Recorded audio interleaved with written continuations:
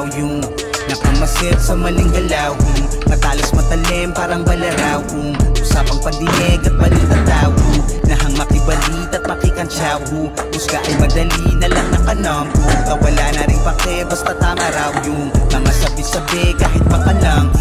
Mga pahayag dyan na puro lamang kababalaghan ng kabulaanan. Umaakmangang may pakpakang balita na minsan ay manananggal ng katotohanan. Madali nang makuha mga kuro-kuro na nanggaling sa duda, dumidirekta sa hula, narinig sabay ulat.